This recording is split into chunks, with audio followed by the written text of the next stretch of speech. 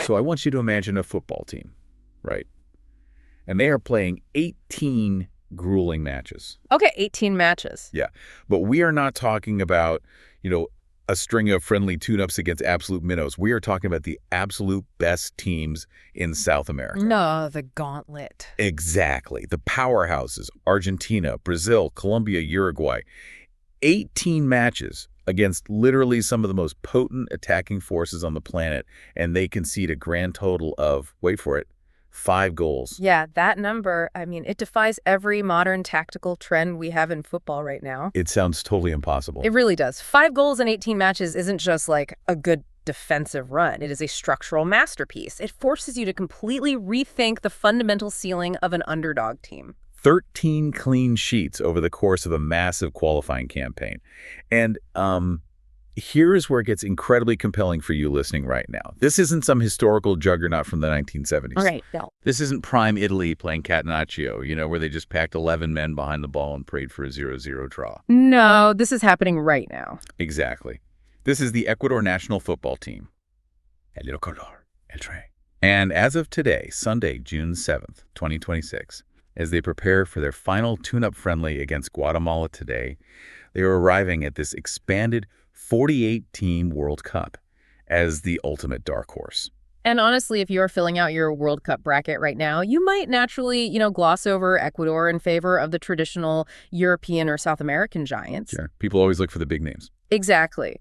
But when you break down their tactical profile and their golden generation of European-based stars and their specific pathway through Group E, you quickly realize this is a team built specifically to just ruin the dreams of tournament favorites. Which is exactly our mission for this deep dive today. Whether you're agonizing over those bracket picks, or maybe you're looking for a sleeper team to adopt this summer, or you're just fascinated by the mechanics of elite, suffocating tactical defense, we are going to unpack the reality of this squad. We're pulling from tactical analyses, sports betting market data, historical FIFA records, expert predictions, basically synthesizing everything to give you a comprehensive scouting report. Right. And to understand what Ecuador is about to unleash on the world stage, we really have to start with the gauntlet they just survived. Because, honestly, their qualification run through CONMEBOL wasn't just impressive, it was like an act of historic defiance. Oh, absolutely. The South American qualifying cycle is widely considered the most unforgiving format in international sports. It's brutal. It's a geographic and atmospheric nightmare. 1 week, you are playing at nearly 12,000 feet of altitude in La Paz, right? Where you literally can't breathe. Exactly. The air is so thin, the ball moves differently, it moves faster. Players literally require oxygen masks on the bench. Wow. And then, a few days later, you are dealing with the suffocating humidity of Barranquilla in Colombia. Surviving that requires immense physical and mental resilience. Well, let's lay out the raw numbers for that run because it's staggering. In the final CONMEBOL qualifying table, Ecuador finished second. Second, ahead of so many giants. Right. They finished ahead of Brazil, ahead of Colombia, ahead of Marcelo Bielsa's Uruguay. The only team they trailed was the defending World Cup champions, Argentina. Yeah, that's elite company. Over those 18 matches, they won 8, drew 8, and lost just 2. They amassed 32 points on the pitch. And that phrase, on the pitch, that is doing a lot of heavy lifting there. It really is. Explain that for us. Because they didn't start this campaign on a level playing field. Before a single whistle even blew in this qualifying cycle, the Court of Arbitration for Sport handed Ecuador a 3-point deduction. -3 points before day 1. Right. It stemmed from a bureaucratic nightmare in the previous World Cup cycle involving a player named Byron Castillo and the use of false birth documents. So on match day 1, the entire continent started at 0 points, and Ecuador started at -3. Exactly. It's like starting a marathon 3 miles behind everyone else. Think about the psychological weight of that. Uh-huh. You look at the standings, and your team is literally in the negative. It's demoralizing. It really offers a built-in excuse to fail, doesn't it? Yeah. Like if you lose your first 2 games, the morale completely collapses, and the media just writes you off completely. But they didn't collapse. Instead, it forged this incredibly profound siege mentality. The deduction demanded perfection from the squad, and the team just delivered it. It really did. They officially finished with 29 points in the FIFA standings, but those 32 points earned on the pitch are the true metric of their dominance. I mean, they're currently riding a 17-game unbeaten streak. 17 games. Yeah. Their last defeat was a really narrow 1-0 away loss to Brazil all the way back in September 2024. And since then, they have just been impenetrable. I mean, they shut down Vinicius Jr., Rodrigo, Luis Diaz, Darwin Nunez. They held Brazil to a 0-0 draw at home. They suffocated Colombia and Uruguay. And honestly, the absolute crown jewel of the run was a 1-0 victory over Argentina in Guayaquil. Courtesy of an Enner Valencia penalty deep into stoppage time. Just massive. But let's get into the actual mechanics of this, right? How does a team historically viewed as, like, a regional underdog manage to stifle the greatest defenses in the world? Well, the transformation can be traced directly back to the touchline. In August 2024, the Ecuadorian Federation made a highly calculated pivot. They parted ways with Felix Sanchez after a somewhat disappointing Copa America quarterfinal exit. Right. And they brought in Sebastian Beccaceche. The Argentine manager with the rock star hair and that completely chaotic sideline energy. That's the one. The visual of him pacing the technical area is striking, for sure. But beneath that frenetic exterior is a demand for absolute, uncompromising tactical discipline. Which you need for this kind of defense. Exactly. Beccaceche spent years as the primary tactical architect for Jorge Sampaoli. He was instrumental in Chile's highly successful 2014 run and Argentina's 2018 squad. Oh, wow. Yeah, he is a direct disciple of Marcelo Bielsa's school of thought, having managed at clubs like Racing, Independiente, and Elche. His philosophy is built on aggressive pressing. But let's actually explain what that means on the pitch, because, pressing gets thrown around a lot by pundits. It does, yeah. It becomes a buzzword. Right, but Beccaceche doesn't just ask his players to aimlessly chase the ball like kids in a schoolyard, does he? Far from it. His system utilizes highly coordinated pressing traps. Okay, break that down for us. So Ecuador will often just allow the opposing center backs to have the ball. They don't mind. They drop into a compact shape and deliberately leave the passing lanes to the opposing fullbacks open. They make it look like an easy path. Exactly. It's bait. The moment the ball is played out wide, that is the trigger. Suddenly, 3 Ecuadorian players sprint to corner that fullback against the touchline, using the sideline as, like, an extra defender. It's a calculated ambush. Total ambush. They suffocate the space, force a turnover in a really dangerous area, and immediately counterattack. But executing that kind of physical, high-intensity ambush for 90 minutes requires an incredibly specific type of athlete, doesn't it? Particularly in the defensive third. Oh, absolutely. You need freaks of nature back there. Which brings us to the actual foundation of this team, their tactical structure. Because watching Ecuador defend is basically a masterclass in geometry and athleticism. It really is. And, Beccaceche is incredibly flexible with his formations. Depending on whether they are trying to press high or absorb pressure, they might line up in a 4-4-2, a 4-2-3-1, or a 5-3-2. So the shape on the whiteboard is sort of secondary. Exactly. It's secondary to the execution on the grass. And that execution is anchored by a backline that legitimately deserves the title of a golden generation. Yeah, we are not talking about, like, gritty, experienced veterans grinding it out in mid-table domestic leagues here. We are talking about the absolute elite of European football. The best of the best. Let's look at the center back pairing. William Pacho and Piero Hincapié, both 24 years old. Pacho plays for Paris Saint-Germain. Hey. He's this physically dominant 6'2" enforcer with recovery pace that allows him to literally run down some of the fastest wingers in the world. He just helped PSG win the 2025-2026 Champions League. And operating right next to him is Piero Hincapié, who anchors the defense for Arsenal. Hincapié is what tacticians call a build-up specialist, largely because he is left-footed. Let's actually pause here and unpack why being left-footed is such a massive advantage for a left-sided center back.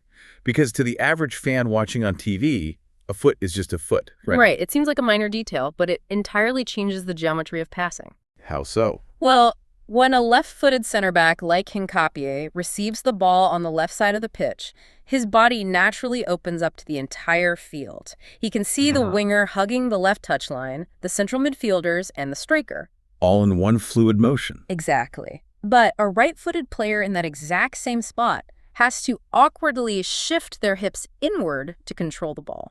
Which instantly cuts off the left winger from their field of vision. Yes, and it slows down the entire attack. Yeah. Hincapié's left foot allows Ecuador to instantly bypass an opponent's press with a single sweeping diagonal pass. It's a fraction of a second. But at the World Cup level, that fraction is literally the difference between a clean breakout and a catastrophic turnover. And it's wild to think that Pacho and Hincapié literally faced off against each other just weeks ago in the Champions League final, PSG versus Arsenal.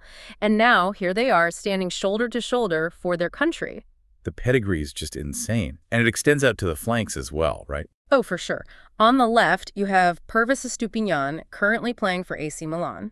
Estupiñán provides elite defensive discipline, but he is also essential to their width going forward. I mean, his crossing ability is a major weapon. And on the right. On the right side, Angelo Preciado of Atletico Mineiro brings a highly aggressive physical edge to the defense. So you have this world-class back four, and serving as the ultimate safety net behind them is a 39-year-old goalkeeper, Hernan Galíndez. Yeah, currently playing for Huracan in Argentina. He isn't, one of those flashy, modern sweeper keepers who tries to dribble around attackers. He's a traditional, hyper-focused shot stopper. And that mindset is crucial, because when your defense only allows 5 goals in an 18-game span, the psychological demands on the goalkeeper shift drastically. Right, he's not under constant fire. Exactly. Galíndez isn't asked to make 10 spectacular, sprawling saves a game. He might only face 1 or 2 genuine shots on target for an entire 90 minutes. Which is almost harder mentally. It is. His job is maintaining absolute concentration so that when that single defensive lapse finally happens, in the 88th minute, he is perfectly positioned. Okay, so the defensive profile is stunning. But here is where the math demands some serious pushback from us. I don't know.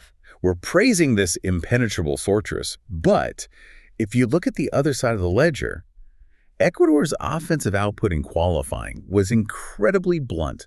It was. They scored 14 goals in 18 matches. Yeah, that is less than 0.8 goals per game. How do you finish second in CONMEBOL scoring fewer goals than almost everyone else? Well, you do it by fundamentally rejecting the idea that you need the ball to control a football match. Okay, explain that. Ecuador wins by dragging their opponents into physical, grueling, attritional mud fights. They are perfectly comfortable dropping into a low block. Which essentially means pulling all 10 outfield players deep into their own half, right? Exactly. Compressing the space between the defense and the midfield so tightly that opposing playmakers simply have nowhere to pass. They turn the center of the pitch into a phone booth. No one can turn, no one can dribble. They just absorb the pressure and wait for the opponent to overcommit. And the second the opponent gets frustrated, forces a risky pass, and turns the ball over, Ecuador explodes into a vertical counterattack. They don't want to mess around with it. No, they don't want to build up slowly with 50 passes. They want to reach the opponent's penalty box in 3 passes. That directness is why their record is littered with 1-0 wins and 0-0 draws. They bet everything on the premise that they simply will not concede. But that strategy carries a massive, terrifying risk. Because if they do concede first, or if an opponent simply refuses to attack them, Ecuador's lack of natural goal-scoring volume becomes a glaring Achilles heel. It's a huge vulnerability. And that vulnerability is magnified by their reliance on one man, their 36-year-old captain, Enner Valencia. Look, Valencia is a national icon, let's be clear about that. He is their all-time leading scorer with 49 international goals. He has an incredible instinct for finding space in the box. But he's 36. Right. Relying on a 36-year-old striker to be your sole physical focal point against elite defenders for an entire World Cup tournament is a dangerous gamble. Because in Bekasesi's system, the center forward has a brutal job. It's exhausting. He has to sprint into the channels, hold up the ball under intense physical pressure, and finish the 1 or 2 half chances the team creates all game. If Valencia is fatigued, or if a team manages to completely isolate him, Ecuador really lacks a proven clinical center forward to step in. They do. They have physical presences off the bench, guys like Kevin Rodriguez or Jordi Caicedo, but neither possesses Valencia's ruthless finishing touch. So if Ecuador faces an opponent who also sits in a low block and says, go ahead, you have the ball, let's see you break us down, the tactical blueprint starts to stutter. Which is exactly why the midfield is so critical. To execute a system that demands flawless defensive discipline while simultaneously requiring explosive transition speed, you need absolute athletes in the center of the park. Guys who basically act as superhuman pressure valves. So let's talk about the engine room. Because sitting at the absolute epicenter of this Ecuadorian machine is Moises Caicedo, Oh, Caicedo. the 24-year-old Chelsea midfielder, acquired for nearly $150 million. He is the undisputed heartbeat of this squad. Yeah, calling him a defensive midfielder almost does a disservice to his overall game at this point. It's too narrow of a label. Right. Caicedo operates in a true box-to-box capacity. When Ecuador is pinned back in that suffocating low block we talked about, absorbing wave after wave of attacks, the pressure inevitably builds. The defense gets tired. Caicedo is the release valve for all of that. I look at his defensive mechanics, and it's not just about running fast. It's his spatial awareness. It's elite. He seems to inherently know exactly where the opponent's most dangerous pass is going before it's even played. He steps in, makes the interception, and in the exact same fluid motion, his head is up, scanning the field. And that's the difference between a good ball winner and an elite world-class midfielder. The moment he wins possession, he instantly releases all that built-up defensive pressure by firing a perfectly weighted 40-yard pass to a sprinting winger. He dictates the tempo of the entire match. He does. Furthermore, he's really evolved his attacking game recently. He pushes into the opponent's box, he's taking shots from distance. His mere presence allows the more attacking players the freedom to take risks because they know, without a doubt, Caicedo is covering the space behind them. Okay, so Caicedo provides the absolute stability. But let's return to the goal-scoring problem we flagged earlier. If Valencia is aging and the team struggles to break down low blocks, who is a creative lockpick? Well, the answer rests heavily on the shoulders of the crown jewel, Kendry Páez. Kendry Páez. Let's get into it. Páez represents a profile of player that Ecuador has historically really lacked on the global stage. He's a 19-year-old, pure creative playmaker. And he's got flair. Unbelievable flair. He has exceptional vision, elite dribbling ability in incredibly tight spaces, and the kind of individual magic that can unbalance an entire defensive structure with just one drop of the shoulder. He's contracted to Chelsea, currently on loan at River Plate in Argentina, and astonishingly, he already has 25 senior international caps at the age of 19. It's unprecedented for Ecuador. It is. But I have to push back on the hype train just a little bit here. Yeah. Because while the talent is undeniable, his recent club form paints a slightly concerning picture. That's a fair point. He's been bounced around on loan spell Strasbourg, now River Plate, and he has struggled to cement himself as a consistent starter. He's dealing with the immense, crushing weight of being labeled a great prospect in Ecuadorian history. So realistically, does Becachese risk starting an out-of-form 19-year-old in a high-stakes World Cup match? It is arguably the most delicate tactical tightrope Becachese has to walk this summer. Starting a teenager who lacks club consistency in a World Cup group stage game is a massive risk, especially in a system like Ecuador's, where everyone has to defend. Exactly. If you are playing a low block, you cannot afford to carry a single passenger. Every player, including the creative playmakers, must execute their defensive tracking assignments flawlessly. Right. If Páez just jogs back instead of sprinting, the entire defensive structure collapses. Precisely. Which is why his optimal utilization, at least in the opening matches, might be as the ultimate super sub. Oh, that makes a lot of sense. Put yourself in the boots of an opposing defender. You have spent 70 minutes engaged in a brutal physical slugfest against Ecuador's defensive structure. Your legs are heavy, your lungs are burning. You just want the game to end. Exactly. And in the 75th minute, Becachese brings on a fresh, highly motivated 19-year-old creative genius who thrives on running directly at tired legs. It's terrifying. Páez doesn't need 90 minutes to impact the game. He just needs a 5-minute window of chaos. And he isn't the only weapon on the break either. The supporting cast is perfectly tailored for this style. Who else should we watch out for? Well, Gonzalo Plata, playing at Flamengo, operates almost as a second striker alongside Valencia, bringing incredible pace to the wing.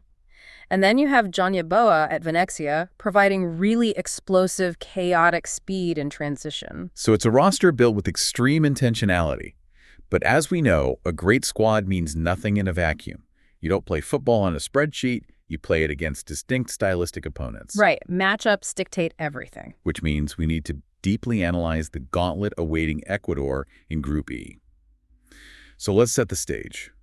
With the expanded 48-team format, the mathematics at the group stage have fundamentally shifted, haven't they? They have. There are 12 groups of 4 now. The top 2 teams automatically advance to the newly created round of 32. But crucially, The 8 best third-place teams also advance. And this changes the entire risk profile of a match. A 0-0 draw isn't just a missed opportunity to win anymore, it's a vital point secured, and more importantly, it protects your goal difference. So for a team like Ecuador that rarely concedes, simply surviving the group with a neutral goal difference heavily skews the odds of advancing as a third-place team in their favor. Exactly. The math is on the side of great defenses. Which brings us to match 1.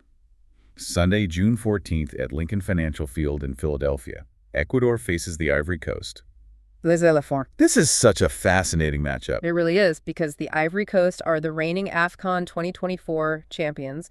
They pulled off that miraculous turnaround on home soil under Immerse Faye. And if you look at how Faye stabilized that team, he did it through sheer defensive grit. During their CF World Cup qualifying run, they played 10 matches and conceded 0 goals. Not one goal. Not one. So we are opening Group E with a collision of absolute defensive titans. Canabal's best defense against CCAF's best defense. This feels less like a football match and more like a tactical staring contest. It's the ultimate mirror match. The Ivory Coast thrives in a compact mid-block. They have tremendous physical power in the center of the pitch with Franck Kessié and Seko Fofana. 2 absolute units in midfield. Right. Their goal is exactly the same as Ecuador's: stay organized, win the physical battles in midfield, and spring incredibly fast wide players like Amad Diallo and Simon Adingra in transition. But if both teams step onto the pitch, actively wanting the other team to hold possession so they can counterattack, who blinks first? It's a great question. If nobody wants the ball, it could turn into a remarkably cagey, physical midfield war. The battle between Moises Caicedo and Franck Kessié alone is going to be seismic. It really will be. Honestly, it will likely be decided by a single set piece or an unforced error. Because the tactical setups are so similar, the margins are just razor thin. This opening game might very well dictate who finishes second in the group, and a 0-0 or 1-0 result feels almost inevitable. All right, let's move to match 2. Saturday, June 20th at Arrowhead Stadium in Kansas City. Ecuador faces Curaçao. La Familia Azul. This is quite the story. Strictly from a narrative perspective, this is the story of the tournament. Curaçao has a population of roughly 186,000 people. They are the smallest nation ever to qualify for a men's World Cup. Incredible achievement. They navigated CONCACAF, qualifying under the legendary Dutch manager Dick Advocaat, though Fred Rutten has since taken the reins. Now, it's really easy to look at that population disparity and write this off as a guaranteed 3 points for Ecuador. But tactically, Curaçao represents the exact type of puzzle Ecuador struggles to solve. Right, because Curaçao isn't going to come out and play expansive attacking football. They aren't going to leave 50 yards of green grass behind their defense for Ecuador to sprint into. Exactly. The Curaçao squad is heavily composed of players of Dutch descent, many of whom play in the Eredivisie, or the Dutch second tier. They're led by veterans like Leandro and Juninho Bacuna. Very solid pros. They are deeply schooled in highly structured, disciplined European defensive systems. Fred Rutten will likely deploy a rigid 4-5-1 or a conservative 4-3-3. Their primary objective is competitive dignity. They will park the bus, absorb pressure, and look to nick a goal off a corner kick. Which flips the script entirely on Becasage. Suddenly, Ecuador is the heavy favorite. Suddenly, Ecuador is expected to hold 70% possession. And that's not where they are comfortable. Not at all. They are the ones tasked with breaking down a packed defense. And as discussed earlier, if Enner Valencia is isolated and the creativity isn't flowing, the psychological pressure in that stadium is going to skyrocket with every passing minute it stays 0-0. This is the specific fixture where Kendry Páez's dribbling ability in tight spaces becomes completely non-negotiable. Ecuador has to find a way to manufacture goals when the counterattack is taken away from them. Okay, so they survive the mirror match against Ivory Coast, hopefully unlock the bunker against Curaçao, and then match 3. Thursday, June 25th at MetLife Stadium in New Jersey. Ecuador faces the 4-time champions, Germany. High Mannschaft, Group E's heavy favorites. Unquestionably. If you look at the betting markets right now, Germany is hovering around -270 odds to win the group, implying roughly a 67% probability. Under Julian Nagelsmann, they play a breathtakingly complex, high-tempo brand of football. Nagelsmann loves to manipulate spatial zones. Let's actually break down what Nagelsmann actually does, because his systems are famously intricate. He pushes players into what tacticians call the half spaces. Yes, the half space is the vertical corridor that sits between the wing and the center of the pitch. Nagelsmann floods those exact corridors with elite playmakers like Jamal Musiala and Florian Wirtz. Which creates a total nightmare for defenders. It really does. If an opposing center back steps out to pressure Musiala in the half space, it leaves a gaping hole in the middle for Kai Havertz. But if the center back stays put, Musiala turns and shoots. It's a system literally designed to scramble the opponent's defensive assignments. But, and this is where I want to push back on those betting odds you mentioned. Go for it. Germany has the pedigree, yes, but they also have a recent history of collapsing at the World Cup, with back-to-back group stage exits in 2018 and 2022. Is everyone just assuming Germany rolls over Ecuador? Yeah. Because to me, Ecuador looks like Germany's worst nightmare. You know, the tactical mismatch is glaring if you look closely at it. How so? Well, to flood those attacking spaces, Nagelsmann pushes his fullbacks, like David Raum, incredibly high up the pitch. This essentially leaves the German center backs isolated on an island. If there is one fundamental vulnerability in this German team, it is defending the counterattack against sheer pace. And Ecuador's entire identity is built on absorbing central pressure and countering with sheer pace. Exactly. Ecuador's compact low block is theoretically the perfect antidote to Germany's central combinations. William Pacho and Piero Hincapié are elite, modern defenders who face these exact same attacking overloads every week in the Champions League. So they won't be intimidated by Musiala or Wirtz. They won't panic. If Ecuador can weather the initial 20 minutes of the German storm and force a turnover in midfield, Caicedo wins the ball, looks up, and sees David Raum 40 yards out of position. He launches a pass into that vacant space, and suddenly Gonzalo Plata and Enner Valencia are sprinting at the German center backs with a clear path to goal. it is the classic counterattacking blueprint. Germany possesses superior technical talent across the board, obviously, but stylistically, if they are not incredibly disciplined in their defensive transitions, Ecuador has the precise tools required to pull off a massive upset. When you look at the overall betting landscape for the group on Kalshi and Polymarket, the race for second place is razor thin. Ecuador has about a 22% implied chance to win the group, with Ivory Coast right behind at 13%. It's going to be so tight. But our analysis suggests Ecuador's floor is incredibly high because of their defense. So, if they do survive Group E, what does the historical context tell us about their ultimate ceiling in the knockout rounds? Well, context is important here. This is only Ecuador's 5th appearance at the World Cup. They previously qualified in 2002, 2006, 2014, and 2022. So they're relatively modern arrivals on the global stage. They are. Their absolute high watermark, the tournament that defined a generation, was Germany 2006. They reached the round of 16 that year. They beat Poland and Costa Rica in the group stages, and then played an incredibly tight match against England, eventually falling 1-0 to that iconic David Beckham free kick. That 2006 squad is legendary in Ecuador. It featured absolute icons like Agustin Delgado, Ivan Hurtado, and Alex Aguinaga, which has actually sparked an intense ongoing debate back home. Oh, the comparison debate. Right. Is this 2026 squad actually better than the revered 2006 legends? It's a debate that really highlights the rapid evolution of South American football, though. The 2006 team was phenomenal, but the majority of those players were based domestically in Ecuador or in the Mexican League. True. They were highly skilled, but they weren't testing themselves against the absolute pinnacle of global talent week in and week out. Contrast that reality with today's squad. You have Caicedo at Chelsea, Pacho at PSG, Hincapié at Arsenal, Estupiñán at AC Milan. They're playing in the latter stages of the Champions League.